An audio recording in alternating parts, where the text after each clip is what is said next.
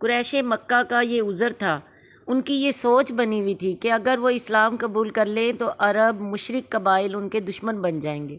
نیز ان کا سیاسی اقتدار ہی ختم نہیں ہوگا بلکہ وہ معاشی طور پر بھی تباہ ہو جائیں گے۔ اگرچہ یہ بات ان کے اسلام نہ لانے کا محض ایک بہانہ تھی، تاہم اس میں اتنی حقیقت ضرور تھی کہ قریشی سرداروں میں سے اکثر بہت مالدار اور رئیس تھے، ان میں کچھ سود خور بھی تھے، اور بہت سے لوگ اپنا سرمایہ شراکت کی بنیاد پر تجارت کرنے والے قافلوں کے افراد کو دیتے تھے۔ ان کے تجارتی قافلے لوٹ مار سے بھی محفوظ رہتے تھے۔ اس کے علاوہ مکہ تجارتی منڈی بھی بنا ہوا تھا، ان میں کئی کروڑ پتی سیٹھ موجود تھے، اور جہاں ماحول ہی سارا مادہ پرستانہ ہو اور کسی شخص کی بزرگی اور عزت کو محض دولت کے پیمانے سے ماپا جاتا ہو، وہاں ایسے سیٹھ لوگوں کو جس قدر منزلت کی نگاہ سے دیکھا جاتا ہے وہ سب کو معلوم ہے۔ بالکل ایسی ہی صورتحال قارون کی تھی جو ان سے بڑا سیٹھ تھا۔ اسی مناسبت سے اللہ تعالیٰ نے یہاں قارون کی مثال بیان فرمائی ہے۔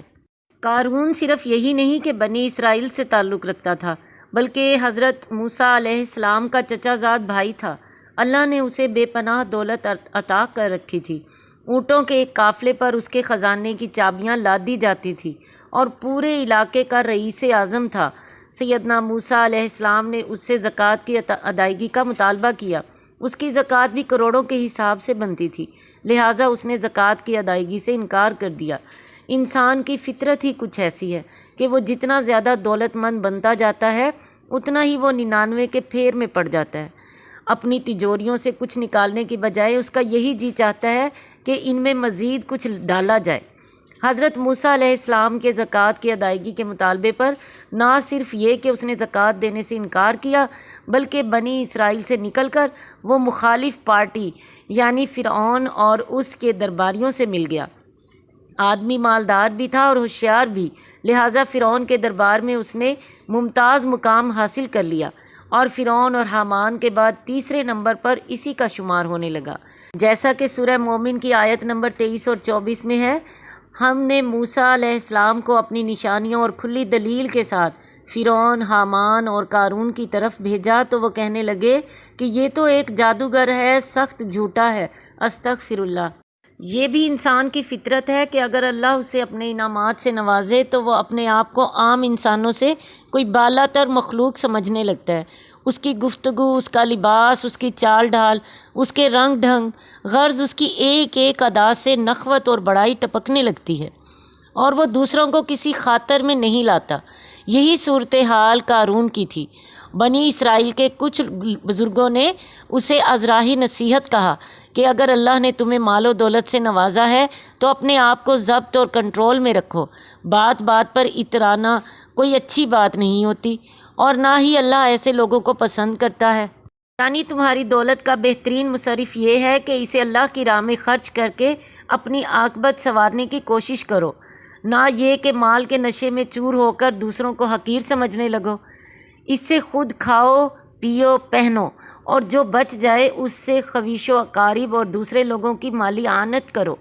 اللہ کی مخلوق پر تم بھی ایسے ہی احسان کرو جیسے اللہ نے تم پر احسان کیا ہے، اور مخلوق اللہ کی دعائیں لو،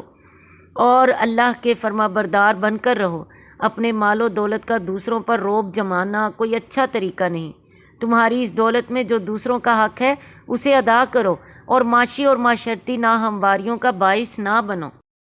قارون اس نصیحت کے جواب میں کہنے لگا، میری دولت میں دوسروں کا حق کیسے آ گیا؟ یہ ساری دولت میں نے خود کمائی ہے، محنت کر کے کمائی ہے، اپنے ہنر، تجربہ اور قابلیت کی بنا پر کمائی ہے، پھر اس میں دوسروں کا حق کیوں کر دوسروں کا حق شامل ہو گیا، جو تم مجھے دوسروں کا حق ادا کرنے کی تلقین کرنے لگے ہو۔ قارون کو یہ جواب دیتے وقت اتنا بھی خیال نہ آیا کہ جس ہنر، تجربہ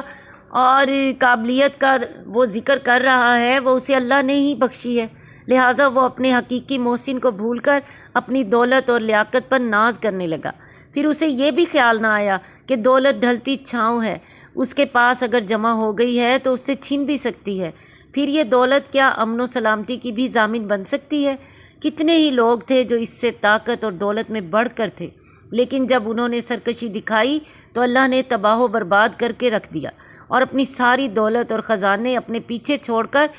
انتہائی بے بسی اور حسرت و یاس کی موت مر گئے۔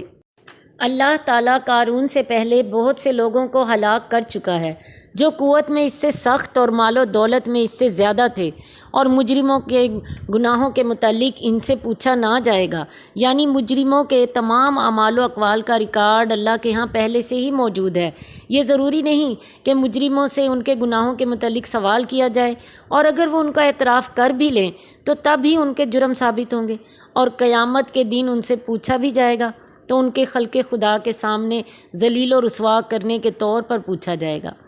اور اس کا مجرموں کے اعمال کا اچھا یا برا ہونے کا معیار مجرموں کے اپنے خیال پر منحصر نہیں ہے۔ مجرم تو ہمیشہ یہی دعویٰ کریں گے کہ وہ بڑے اچھے لوگ ہیں، ان میں کوئی برائی نہیں، جیسے کہ قارون بھی اپنے آپ کو درست ہی سمجھتا تھا۔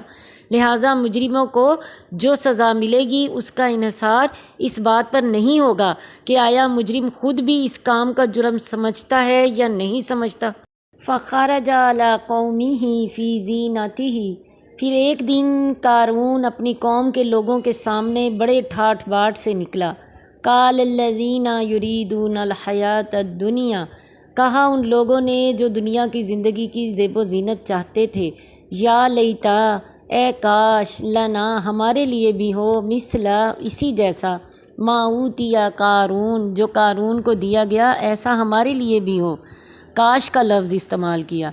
انہ لذو حظ عظیم، بلا شبہ وہ یقیناً بڑے بختوں والا ہے، بڑے نصیبوں والا ہے۔ قارون کا شاہانہ ٹھاٹھ باٹھ کا مظاہرہ کرنا یہ تھا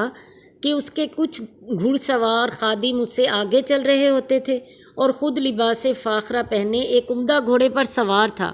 پھر اس کے پیچھے بھی اس کے خادم گھڑ سواروں کا دستہ تھا۔ اس سے دراصل وہ اپنی شان و شوکت اور ٹھاٹھ باٹھ کا لوگوں کے سامنے مظاہرہ کرنا چاہتا تھا، اور یہی وہ متکبرانہ مظاہرہ ہے جو اللہ کو سخت ناپسند ہے، اور اللہ ایسے لوگوں کو کبھی معاف نہیں کرتا۔ مگر جو لوگ دنیا پر ریجھے ہوئے ہیں اور انہیں ایسا ہی مظاہرہ ترقی کی انتہائی منزل نظر آتا ہے، چنانچہ دنیا دار مادہ پرستوں نے جب قارون کو اس ٹھاٹھ باٹھ سے نکلتے دیکھا تو خود بھی اس منزل تک پہنچنے کی آرزو کرتے ہوئے کہنے لگے کہ یہ شخص تو بڑا ہی خوش نصیب ہے، کاش ہمیں بھی ایسا ساز و سامان میسر آ جاتا۔ وقال الذین اوتوا العلم، اور کہا ان لوگوں نے جنہیں دنیا میں علم دیا گیا تھا، ویلکم، تمہاری بربادی ہو، ثواب اللہ خیر لمن آمن وعمل صالحا، اللہ کا ثواب کہیں بہتر ہے اس شخص کے لیے جو ایمان لایا اور اس نے نیک عمل کیا، ولا یلقاها الا الصابرون، اور نہیں دی جاتی یہ چیز مگر صرف صبر کرنے والوں کو دی جاتی ہے۔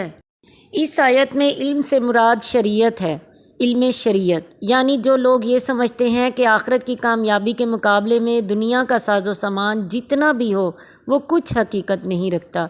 ایسے عالم لوگوں نے قارون اور اس کے ٹھاٹھ باٹھ پر رہنے والوں سے کہا، تمہاری دنیا سے یہ محبت تمہاری خطرناک بھول اور غلطی ہے، اصل کامیابی دنیا کی نہیں بلکہ آخرت کی کامیابی ہے، اور وہ اجر ہے جو ایماندار نیک لوگوں کو ملے گا۔ یہاں صبر بڑے وسیع معنوں میں استعمال ہوا ہے، اپنے آپ کو صرف حلال کمائی کا پابند بنائے رکھنا بھی صبر ہے، اللہ کی راہ میں پیش آنے والی مشکلات کو خندہ پیشانی سے برداشت کر لینا بھی صبر ہے، دنیوی جاہ و حشمت کو دیکھ کر اس پر فریفتہ نہ ہونا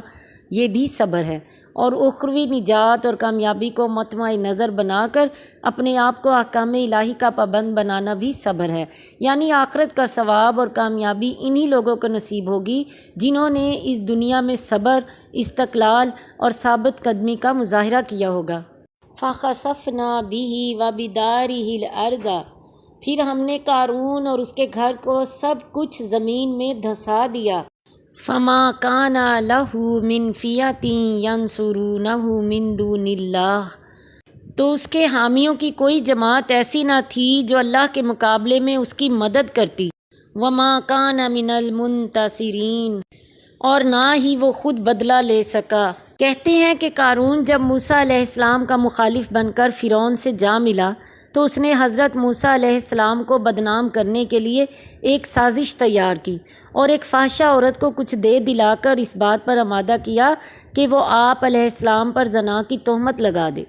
چنانچہ جب حضرت موسیٰ علیہ السلام نے اسے قسم دے کر سچ سچ بات بتانے کو کہا تو اس نے بتا دیا کہ اس نے قارون کے بہکانے سے یہ حرکت کی تھی اور اصل مجرم قارون تھا۔ موسیٰ علیہ السلام کو اس کی اس حرکت پر سخت غصہ آیا۔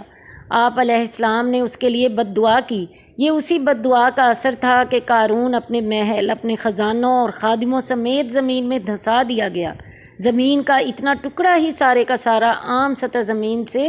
بہت نیچے چلا گیا، اور جب اس پر یہ قہر الہی نازل ہوا تو اس وقت نہ اس کے خزانے کچھ کام آ سکے، نہ اس کے خادم، اور نہ ہی فرعون اور اس کے درباری اس کی مدد کو پہنچ سکے کہ وہ اسے زمین میں دھنس جانے سے بچا لیں۔